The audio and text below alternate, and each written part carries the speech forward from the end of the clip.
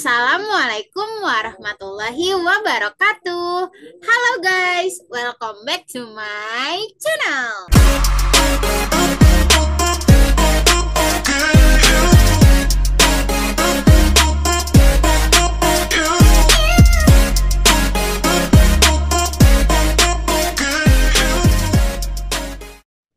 Oke anak-anak hebat, jadi pada video kali ini saya Ibu Destianti Sulistiawati akan membahas atau akan mempresentasikan bahan ajar mengenai materi persamaan eksponen.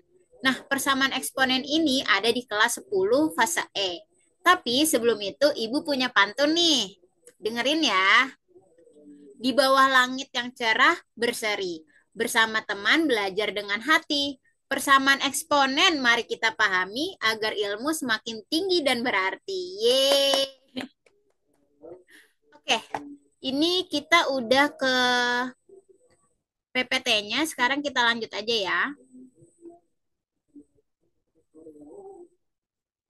Jadi di video kali ini atau di presentasi kali ini akan ada 6 hal yang akan kita bahas. Yaitu yang pertama ada fakta, kemudian ada ketiga ada metakognitif, yang keempat ada materi. Sekarang yang pertama kita ke fakta terlebih dahulu. Oke, fakta pada materi persamaan eksponen. Eh, Sebelumnya kita harus tahu dulu nih, eksponen itu apa? Jadi eksponen adalah bentuk perkalian suatu bilangan dengan dirinya sendiri secara berulang, di mana untuk meringkas penulisan yang terlalu besar atau yang terlalu kecil. Ini yang udah pernah kita bahas sebelumnya. Eksponen itu bilangan pangkat ya. Nah, sekarang dari eksponen itu ternyata ada hal kompleks yang lebih kompleks lagi nih, yaitu persamaan eksponen. Adalah persamaan yang variabelnya berada pada pangkat. Jadi ada suatu bentuk pangkat, terus nanti variabelnya itu ada di pangkatnya tersebut.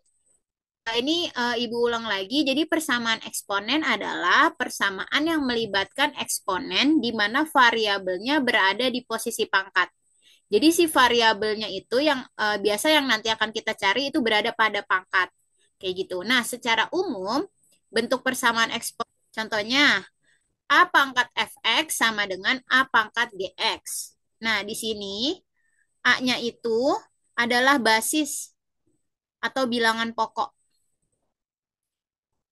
Nah, karena ini kita itu pembelajarannya dikhususkan untuk basis sama, jadi nanti untuk contoh soal dan lain-lainnya itu kita akan mengubah basisnya menjadi basis sama, seperti kayak gitu. Jadi basisnya bernilai sama. Kalau A-nya 2, yang sebelah kiri nanti yang sebelah kanan A-nya juga 2, seperti itu.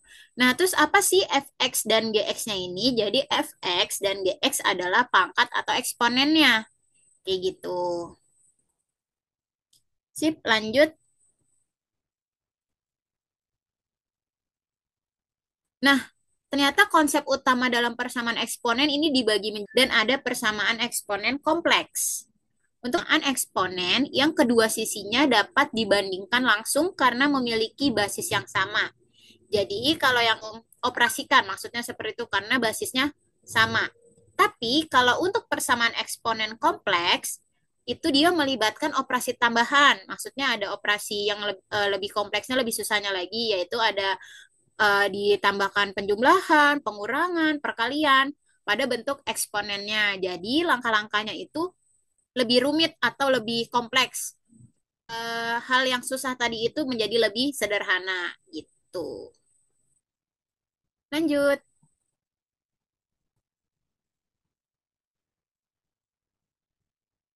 Sekarang kita ke prosedural. Nah, prosedural ini itu berisi langkah-langkah penyelesaian persamaan eksponen.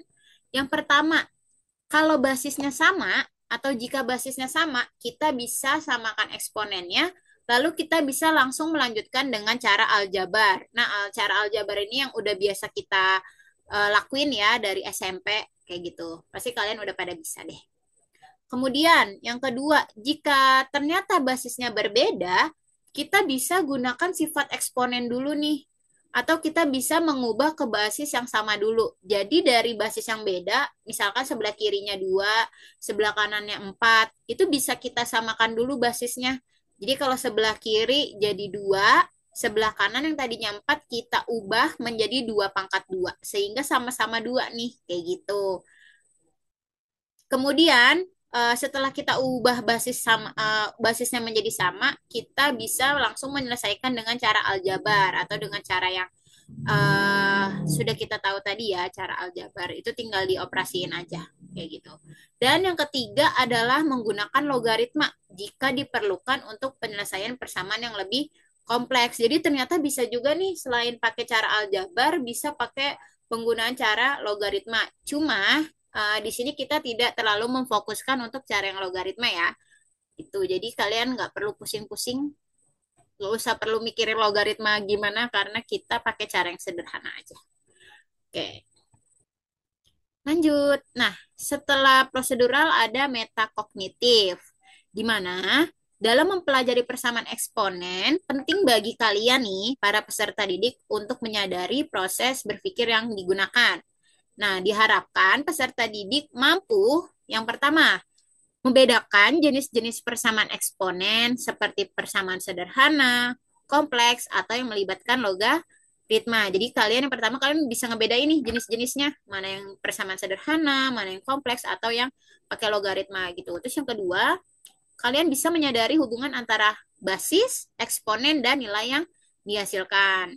Kemudian yang ketiga, kalian dapat memilih metode yang sesuai untuk menyelesaikan persamaan eksponen seperti menyamakan basis, menggunakan substitusi. Kemudian yang terakhir adalah mengaitkan materi persamaan matriks dengan permasalahan konteks permasalahan yang biasa terjadi pada kehidupan sehari-hari kayak gitu. Jadi dari persamaan matriks eh sorry ini masa persamaan eksponen ya, bukan matriks. Jadi dari materi eksponen ini kalian bisa menghubungkan dengan kehidupan sehari-hari kayak gitu. Lanjut. Oke, sekarang kita ke materi pembelajarannya nih guys. Jadi eksponen ya. Oke, bentuk-bentuk persamaan eksponen. Yang pertama, jika A-nya, jika A pangkat fx sama dengan 1, maka si fx-nya akan sama dengan 0.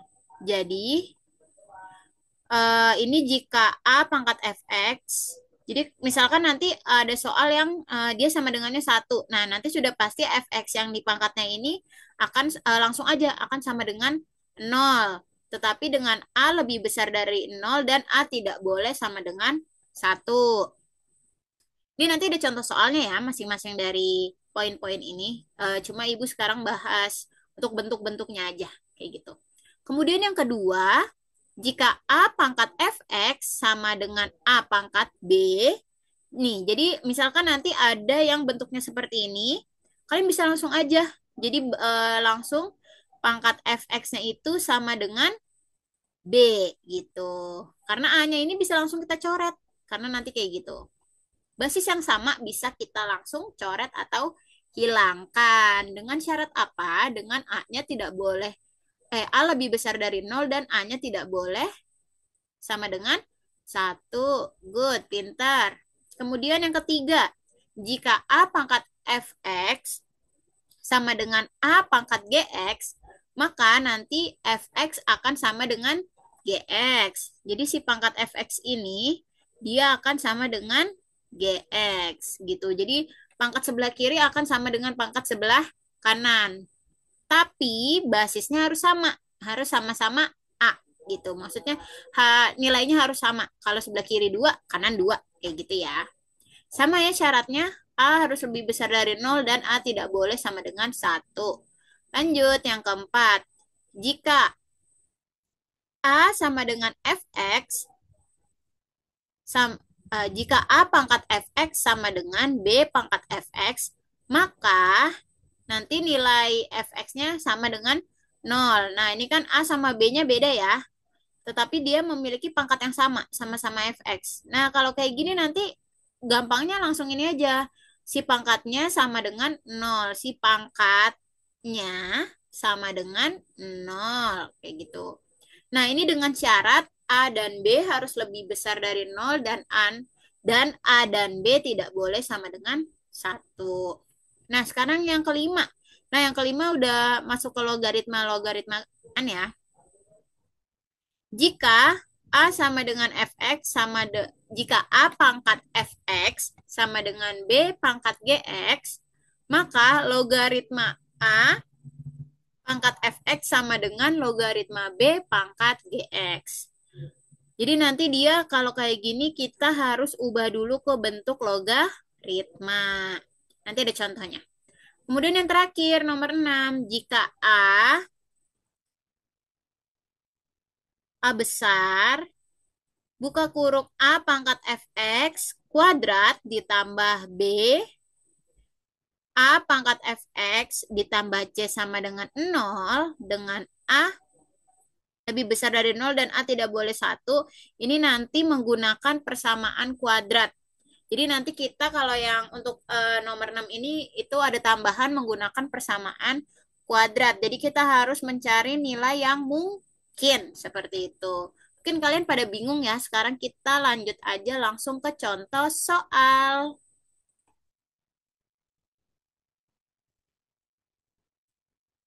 Sip, kita lanjut. Nah, sekarang kita ke contoh soal yang dari persamaan 6 pangkat 2x 6 pangkat 2x min 4 sama dengan 1. Kalau kayak gini caranya kayak gimana? Gampang banget. Kita lihat dulu. 6 pangkat 2x min 4 sama dengan 1 itu sama seperti bentuk keberapa yang tadi, yang ada di slide sebelumnya. Dia akan sama seperti bentuk nomor. Jika A pangkat fx sama dengan 1, maka fx sama dengan 0. Berarti kita harus mengubah itu. Contoh. Di sini.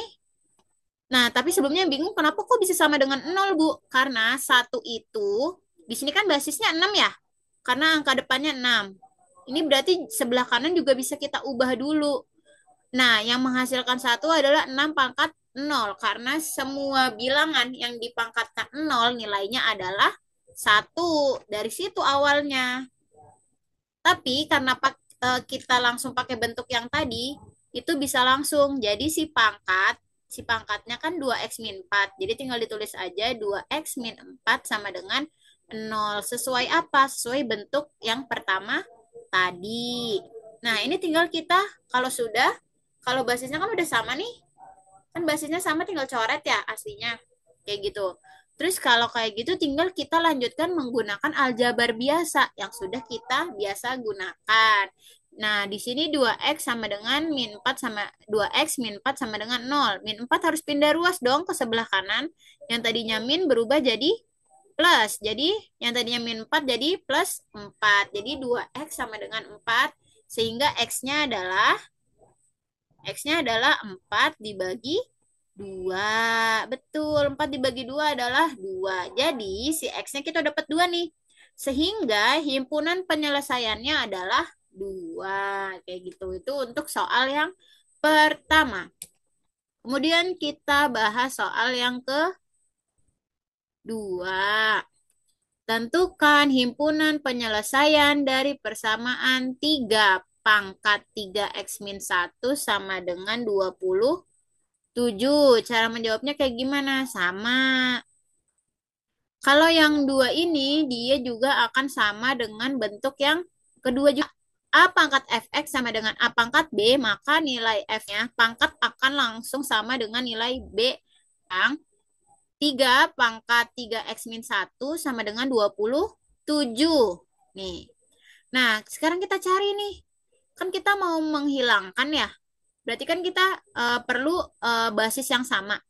Nah, si 27-nya ini, kalau kita ubah ke basis yang sama, biar kita ituin depannya 3, harus pangkat berapa? Ayo, 3 pangkat berapa yang hasilnya 27?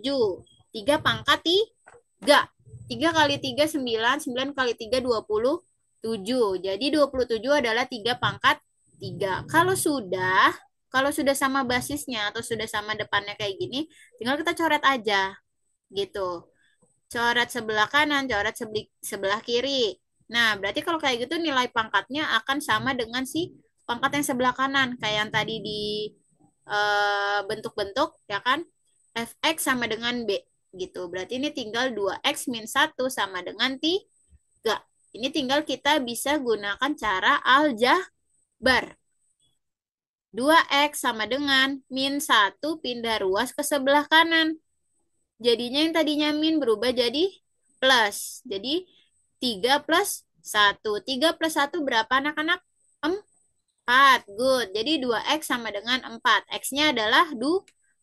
Sama ya. Sama-sama 2. Kenapa 2? Karena 4 dibagi 2. Sehingga kita bisa mendapatkan himpunan penyelesaiannya adalah 2. Seperti itu. Lanjut.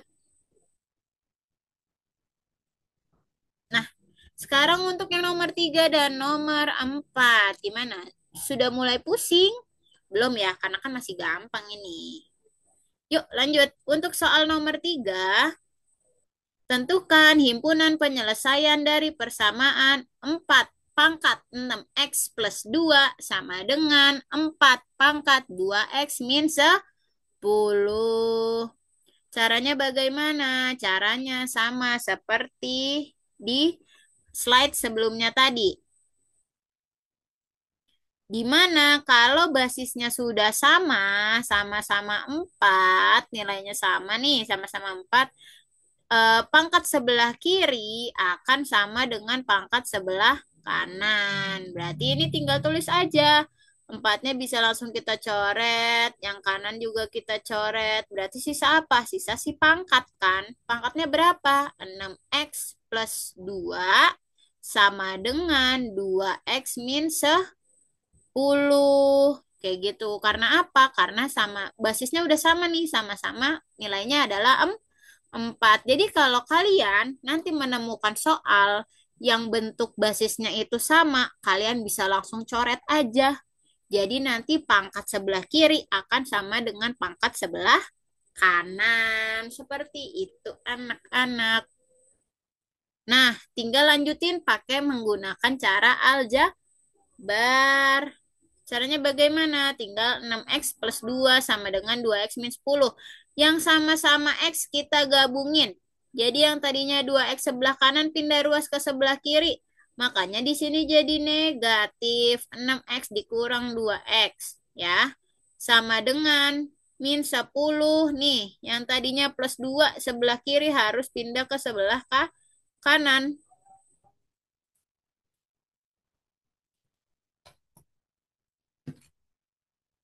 Maaf anak-anak sebentar. Baterai laptop ibu habis. Oke, lanjut. Nah, kita lanjut ya. Jadi yang tadinya 2x jadi min 2x, yang tadinya 2 jadi minus 2. Berarti 6 dikurang 2 berapa? 4. Jadi 4x sama dengan min 10 min 2. Berapa? Kalian ngutang 10, kalian ngutang lagi 2. Utang kalian masih berapa? Utang kalian masih ada 12. Jadi di sini min 12. Berarti nilai X-nya adalah min 12 dibagi 4. Hasilnya adalah min 3 atau negatif 3. Jadi himpunan penyelesaiannya adalah negatif 3. Gitu. Lanjut. Yang nomor 4, dia akan sama seperti bentuk yang keempat. Nih, siapa yang lupa? Kita kalau dengan 0. Tapi di sini misalkan basisnya beda nih. A sama B kan nilainya beda ya. Nah, nanti si bentuk pangkat. Sini kita cek nomor 4 ya. Oh iya sama nih. Ternyata pangkatnya sama-sama 3x min 6. Berarti kalau kayak gini bisa diapain? Si pangkatnya langsung sama dengan 0. Berarti kan pangkatnya 3x min 6. 3x min 6 sama dengan 0. Min 6-nya pindah ruas. Yang tadinya min berubah jadi positif. Jadi plus 6. Sehingga x-nya bisa kita cari berapa? Hmm? 2, betul. Karena 6 dibagi 3, gitu ya. Jadi himpunan penyelesaiannya adalah 2. Sip, pinter-pinter anak-anak ibu. Lanjut. Sekarang soal yang Nah, yang ini yang logaritma emang agak susah, cuma nggak perlu dipusingin, guys. Nggak apa-apa, kita belajar ya. Jika 2 pangkat 3x min 1 sama dengan 3 pangkat x plus 2, tentukan nilai x-nya. Nah, di sini udah basisnya beda, pangkatnya beda. Kalau udah kayak gini berarti harus pakai cara yang logaritma. Caranya gimana?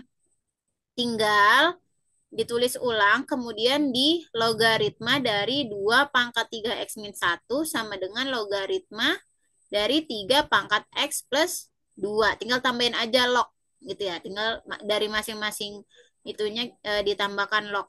Nah, kemudian cara logaritma adalah bentuk pangkatnya akan ke depan. Si bentuk pangkatnya ini 3x min 1 ini akan pindah ke depan. Jadi basis, kemudian log 2. Nah, si log 2-nya ini akan nempel, akan bareng kayak gitu. Sama yang sebelah ruas sebelah kanan juga. Si pangkatnya akan maju ke depan, 2x plus 2 akan maju nih. Jadi x plus 2 dikalikan dengan log 3. Si log 3-nya akan nempel kayak gitu. Nah, dari sini tinggal kayak kali silang, perkalian pelangi. 3 dikali log 2. Jadi 3x dikali log 2. Dapatnya 3x log 2. Terus min dikurang 1 dikali log 2 adalah log 2. Sama dengan x dikali log 3 adalah x log 3 ditambah 2 kali log 3 adalah 2 log 3. Nah, yang ini tinggal kalian apain? Di sini udah bisa dibilang pakai cara aljabar ya, maksudnya cara ini yang aljabar. Jadi yang sesama x-nya kalian gabungin. 3x log 2 ini akan si x sebelah kanan ini akan pindah ke ruas sebelah kiri. Makanya jadi negatif log 3. Nah, ini x-nya langsung dikeluarin. Makanya dapat 3 log 2 dikurang log 3 karena x-nya langsung dikeluarkan kayak gitu. Nah, yang sebelah kanan ini ada yang tadinya ini negatif log 2, dia pindah ruas ke sebelah kanan. Jadi yang tadinya negatif berubah jadi positif. Jadi tetap log 2 plus 2 kali log 3. Ini tetap turun dari atas yang ini ya, sama kayak gitu. Terus tinggal cari x-nya aja. X-nya adalah log 2 plus 2 log 3 per, kenapa per? Karena kan ini nempel sama x nih. Terus nanti dia tinggal turun aja kan ke bawah gitu. Jadi 3 log 2 dikurang log 3. Caranya kayak gitu, guys. Gampang kan? Gampang aslinya. Lanjut. Untuk contoh soal yang terakhir. Nah, untuk contoh soal yang terakhir, ini yang menggunakan persamaan kuadrat. Tentukan himpunan penyelesaian dari persamaan berikut. 2 pangkat 2x plus 1 min 5 kali 2x sama dengan min 2. Cara jawabnya gimana? Ini soalnya kita tulis ulang, terus yang si konstanta ini, ya yang nggak ada x-nya ini kita gabungin jadi satu ke ruas sebelah kiri. Jadi yang tadinya min 2, dia pindah ruas ke sebelah kiri jadi plus 2. Nah, di sini kita misalkan nih. Misalkan 2x itu adalah, anggaplah P ya. Kita misalkan 2x sama 2 pangkat x sama dengan P. Nah, ini tinggal kita ganti-ganti aja nih. Si pangkat-pangkatnya ini, si 2 pangkat 2 ini. Nah, yang ini itu tinggal kita misalkan aja. Dapatnya gimana? Jadi dapat 2P pangkat 2 dikurang 5P ditambah 2. Ini cuma permisalan aja. Jadi kalau kalian di sini nemu ada yang 2 pangkat X, itu kalian tinggal misalkan jadi P aja. Kayak gitu ya. Nah, di sini kita pakai persamaan kuadrat. Ada yang masih ingat? Cari yang kalau dia dijumlah itu hasilnya 2, kalau dia kalau dia dikali hasilnya adalah 2, yang kalau dijumlah adalah menghasilkan nilai min 5. Ternyata setelah dihitung, coba nanti kalian pelajari lagi materi ini ya. Ini materinya udah pernah kita bahas. Nah, jadi dapat adalah 2P-1 dikalikan dengan P-2 sama dengan 0. Ternyata dari sini kita dapat P-nya adalah 1/2 dari mana? Karena kan 2P-1 sama dengan 0. Jadi 2P sama dengan 1. P-nya dapat 1/2. Nah, makanya dapat 1/2. Kemudian untuk P yang ini tinggal sama. P sama dengan yang tadinya -2 jadi pindah ruas. Jadi +2. Makanya di sini P sama dengan 2. Nah, ini tinggal bisa kita iniin. Kalau P-nya setengah, maka 2 pangkat X-nya adalah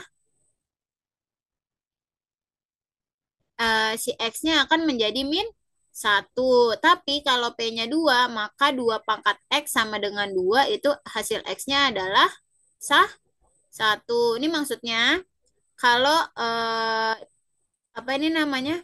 Si 2X sama dengan setengah, kita cari nilai X yang nilai si X pangkat ini berapa yang bisa menghasilkan nilai 1/2, yaitu -1. Iya kan? Karena kan 2 pangkat -1 adalah 1/2 gitu. Terus yang ini juga 2X sama dengan 2.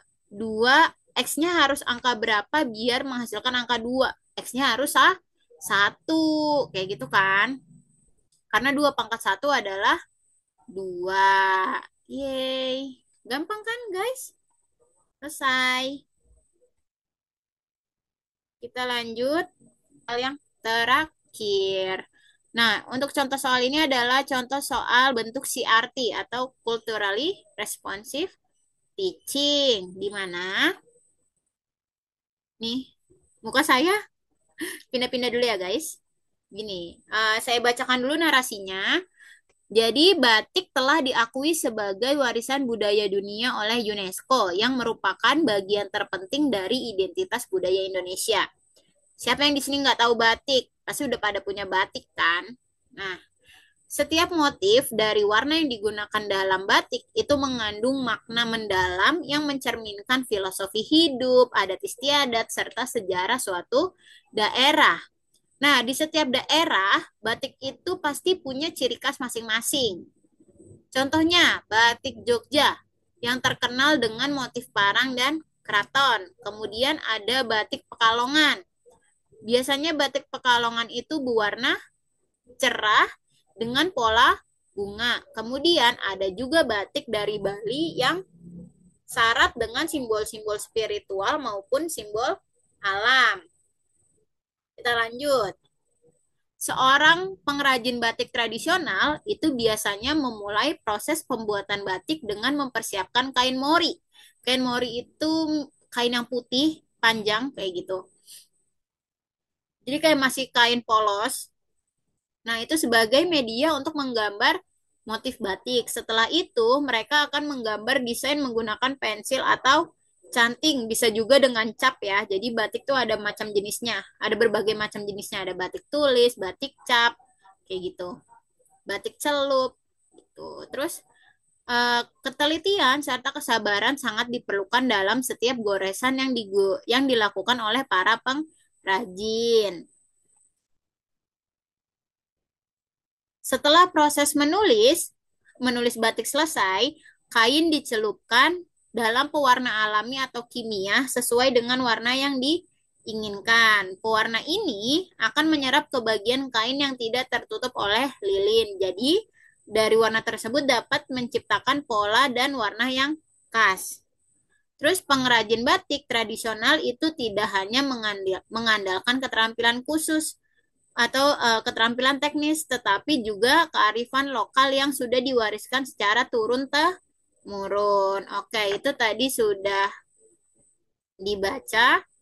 Selanjutnya kita lanjut ke soal. Nah, dari hal tersebut, misalkan nih, di kota Yogyakarta, kecepatan membuat batik dengan waktu yang berhubungan dengan persamaan eksponen. Jadi dari soal tadi ada naskahnya itu atau ada uraiannya tadi, masalahan dalam kebudayaan Indonesia, jadi persamaan eksak. Nah, di sini soalnya seorang pengrajin batik, si Pak Mole, itu dapat menyelesaikan kain batik dan jamnya, ini ada 1 jam, dia dapat membuat 2 batik. Dalam 2 jam, dia bisa membuat 6 batik. Dalam 3 jam, dia bisa membuat 18 batik. Jika banyak batik yang dapat dibuat oleh Pak Mole adalah 400 kan oleh Pak Mole. Jadi di sini dia minta adalah kalau batiknya 486 butuh berapa jam nih Pak Mole? Kita lanjut.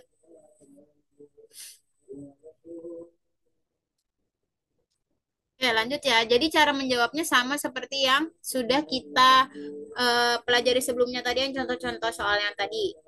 Jadi di sini kalian harus membuat persamaan eksponennya dulu.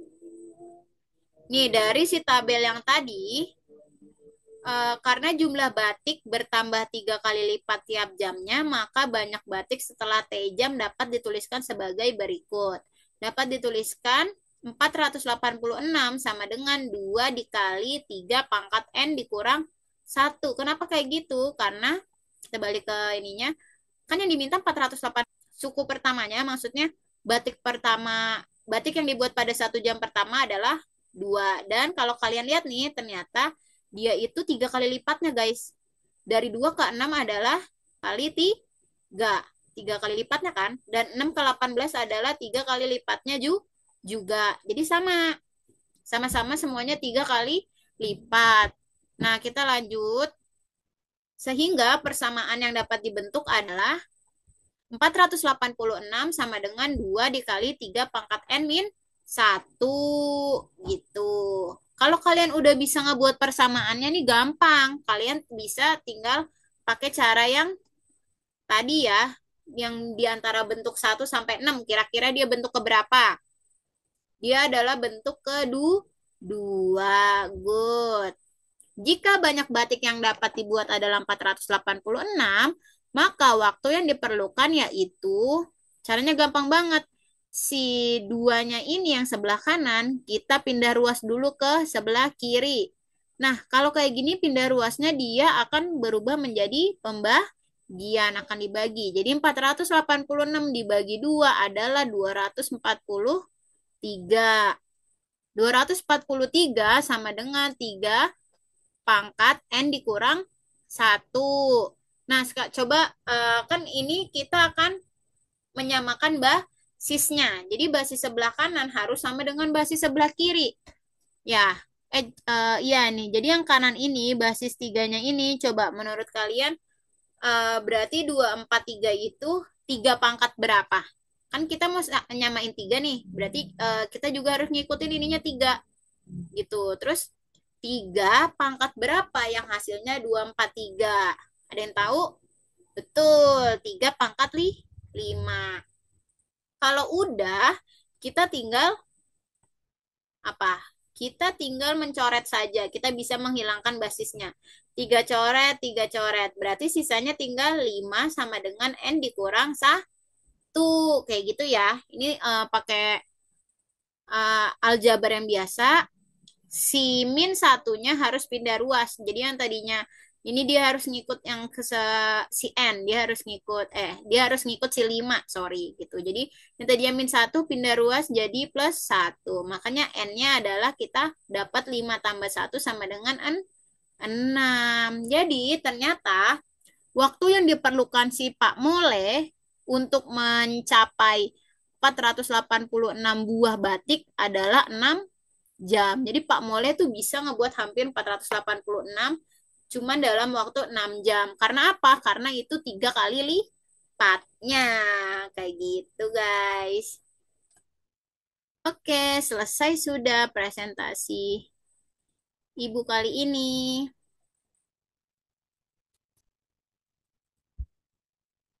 Ya, selesai ya. Alhamdulillah. Gimana pada ngerti semua? Iya, semoga apa yang Ibu jelaskan dan apa yang kita pelajari ini dapat berguna dan bermanfaat bagi kalian semua. Sekian dari Ibu. Nanti kalau masih ada yang bingung bisa komen-komen di bawah ya. bisa di komen di kolom komentar kalau ada masih bingung atau bisa langsung japri ke Ibu. Oke? Oke guys, sekian dari Ibu. Wassalamualaikum warahmatullahi wabarakatuh. Bye guys.